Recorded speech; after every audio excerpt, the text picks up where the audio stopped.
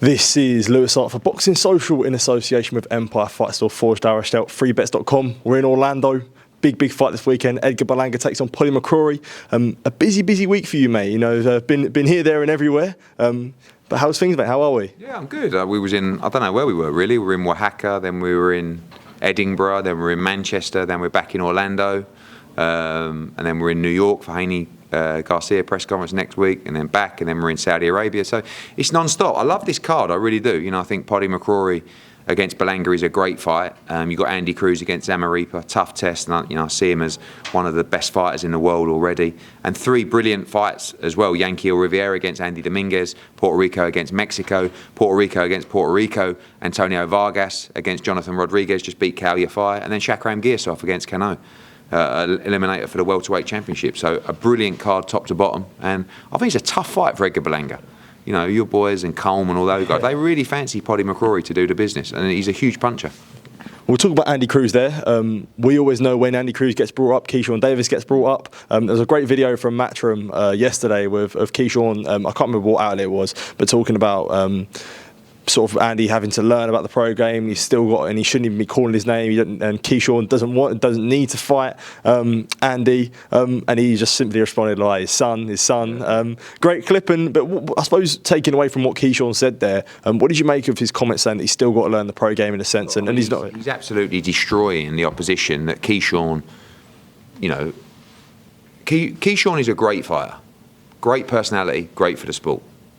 The biggest fight out there, the biggest realistic fight out there for Keyshawn is Andy Cruz. And he will say, no, it's not. Like, he ain't going to fight Teofimo Lopez. Everybody knows the rivalry between these two in the amateurs. I mean, it wasn't much of a rivalry. Keyshawn couldn't lace his boots. But in the pro game, it is different. But like I said, you know, look, I'm one-sided. These two could fight 100 times. Andy Cruz would win 100 times. So, of course. And, you know, if he wins on Saturday, he's got a tough fight against Zamaripa. But if he wins in style, I'll pay Andy Cruz's purse. Yeah. Or I'll give Keyshawn a massive payday to come and do it on DAZN. The answer's going to be no. And you can make all the excuses in the world. Oh, what would I get out of that? Oh, you know, he's not ready for me. He's not. Shut up. Everyone wants to see it. And the more Andy Cruz fights, the more people are going to want to see that fight. So for me, a promoter that knows we win that fight, of course I'm going to call it out. It's easy work. Absolutely, and just moving on quickly because I know we're a little bit pressed for time. Spencer Oliver, Simon Jordan and Johnny Nelson were all on TalkSport this afternoon actually. And I can't remember, I think it might have been Jim White actually. He played a clip of yourself talking about Johnny Nelson and suppose, I think the comment was about you AJ keeping Johnny in a job after Johnny sort of keeping all of us in job. Yeah, absolutely. Yeah.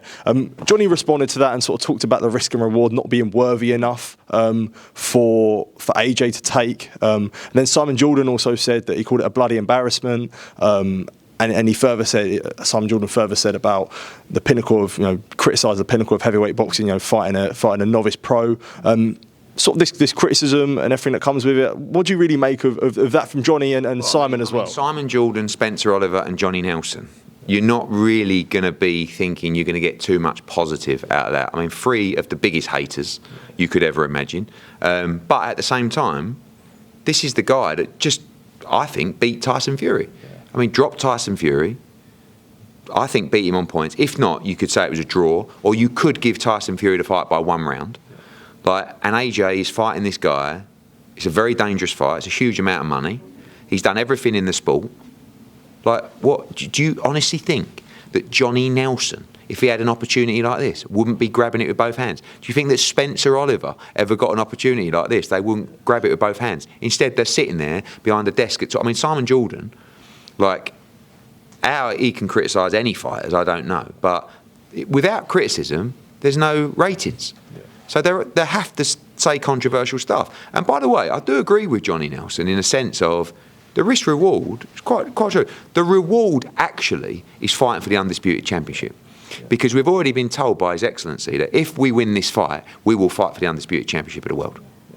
And he will make it happen. That's the main reason we're taking this fight. The other one is statement against Tyson Fury when AJ beats him in style and a load of money. You mentioned there about sort of haters and things like that. This also brought me on to another comment that Simon made about sort of people being a little more sensitive in boxing now, and just because you have criticism that make you a hater. Do you believe what he's saying? Do you think people are more sensitive in boxing now, or what do you say? I agree with Simon in that you should be able to take the criticism. Like, if you're in a job and you're performing in front of the public and you're getting paid a lot of money and the public are paying for the privilege of seeing your fights, they also deserve a voice. What I don't like is just agendas. And I'm not saying Simon, but there's other people that go on TalkSport who definitely have agendas. And they work for an organisation that doesn't like another organisation, so they're kind of I'm not saying they're put up to it, but it's just within you. I mean, Johnny Nelson, and by the way, this is actually one of his attributes. Johnny Nelson is a company man, right? He's going to say whatever is the narrative for Sky. And I don't knock him for that. He's been a great advocate and ambassador for Sky Sports, but he's just not going to go against them. So, but I'm not going to go against the Zone. So but ultimately, I think fighters do have to take criticism. And probably one of the problems is it's not a game of golf, it's not a game of tennis. It's a tough sport where you're putting yourself through hell in training camp. You're putting your body through hell. You're putting your life on the line to entertain the public. You just got to understand and be a bit smarter that they're not just a bloke going out playing 18 holes who it's a shit shot out the bunker and everyone goes, you're a muppet, I could have done better than that. You're talking about someone that goes in, has to come through a bloody war, comes through the trenches with broken ribs and broken noses and fractured cheekbones for the entertainment of the public. So they're probably a little bit more sensitive, but understand the sport and know that they're proper, it's not normal. So, but Simon doesn't really get that. And he can't understand why, what's the matter with these people? They just don't like criticism. Criticise me all you want, I don't care. But the fighters is different. They give a lot to the sport, they give a lot to the public, and they are a little bit sensitive when they give their heart and soul and sometimes health for our entertainment, that they get criticised when they feel they shouldn't. You mentioned there about Johnny Nelson working for Sky and Sky being a company man. Sort of just looking through Sky Sports recently, about sort of a couple of days ago, there has been a significant lack of coverage about Jack Catterall versus Josh Taylor. And you mentioned there about certain agendas and narratives. Do you feel like sort of there is sort of, when it comes to Sky, maybe some bitterness? Sky are being told not to push any Eddie Hearn Matchroom DAZN fights at all. And have been for years. When I was at Sky, I actually had a go at Sky and said, why are you pushing all these other fights instead of mine? Because we are independent and we like to support the sport. I thought, fair enough, that's actually quite noble of you. Since I left, they won't give us one tweet, one post, one bit of airtime, which is sad, really, really sad. I'm talking about Katie Taylor, I'm talking about AJ really when it's not on Sky, I'm talking about Taylor Catterall. You got something like Taylor Catterall, which is, they wanted to do that on pay-per-view, but something like that is really invigorated British boxing. It's so good for all of us to be on the bandwagon for that fight and saying, British boxing's back. You've got all these mega fights happening in Saudi, but look at this one. How good is it for British boxing? But instead, you want to post about, Marku against Congo as the greatest welterweight clash in the history of the sport. You're supposed to be, like they used to say to me, you're supposed to be impartial as a news outlet to promote the biggest topical subjects in the sport. But that is just the sadness of the sport. Look at the DAZN socials. They push everything. But it is what it is. It's a dirty game, baby. And just the last one from me, and I don't want to sort of make this keep bringing up Sky or Sky fighters, but obviously Dalton Smith. I know. But Dalton Smith versus Adam Azim, that got ordered by the board and ordered by the EBU as well. Shane McGuigan's previously spoken about his willingness to probably do that down the line. I know that's something that you haven't been idea. Listen, Shane McGuigan knows boxing inside out. They're not ready for Dalton Smith. They will not fight Dalton Smith. Because also, I think he said today he's fighting Teofimo Lopez at Wembley, isn't he? So unfortunately, he would have to wait. But look, let's just stay calm. But what I'm saying is, don't mess us around, because Dalton Smith has got a massive fight against Zepeda on March 23rd, a dangerous fight, right? Don't let us go into this purse bid, start making plans, speak to Hillsborough, speak to DAZN. So I'm making it a lot easier for you. We won't do the fight on DAZN. We don't even have to go to purse bids. Just it's a 50-50 split, make us the same offer you're paying Adam Azim. I'll top up Dalton Smith, we'll do the fight on Sky. It's right there for you, right? No excuses, massive fight.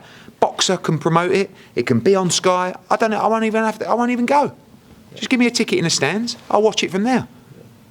But you ain't going to do it, are you?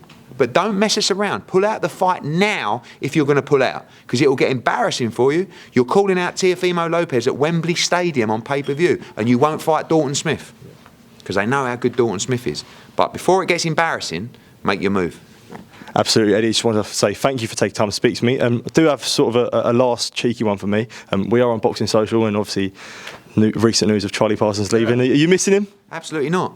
I'm so happy Parsons isn't here. I can actually have some nice breathing time rather than him following me around going, Wagwan Generale, all right, shun, any chance of 10 minutes anywhere? So I much prefer you, and you seem to have a massive agenda against Sky as well, so fantastic. Not at all, not at all. Eddie, thank you for taking time to speak to me. Appreciate it, mate. Thank you. We need to think of a new advert for freebets.com.